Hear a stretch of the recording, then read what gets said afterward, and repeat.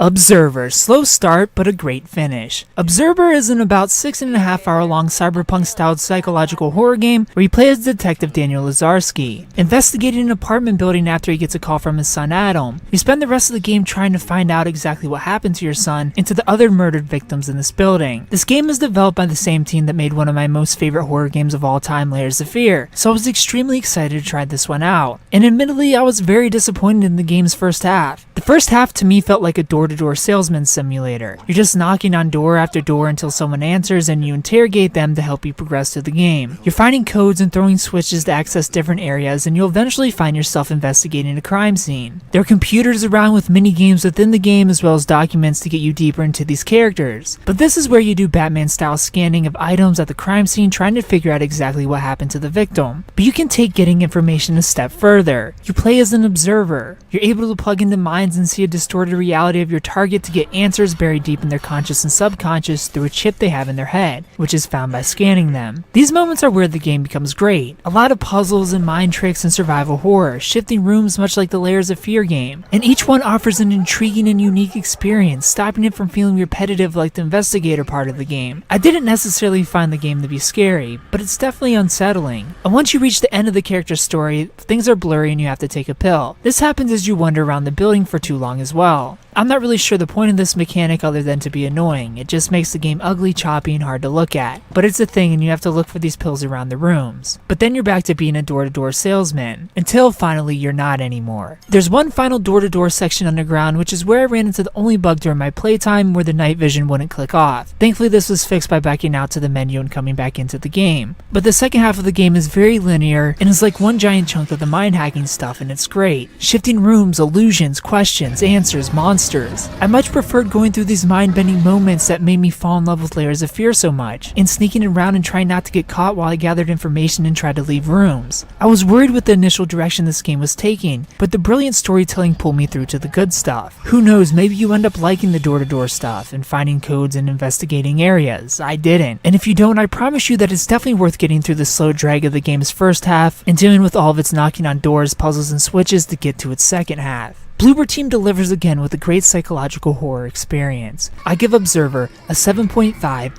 out of 10. If you played Observer, tell me what you thought about it down in the comment section below. If you haven't played it, tell me if you plan on picking it up. Thumbs up. If you like the video, subscribe if you're new to the channel. And thanks for watching.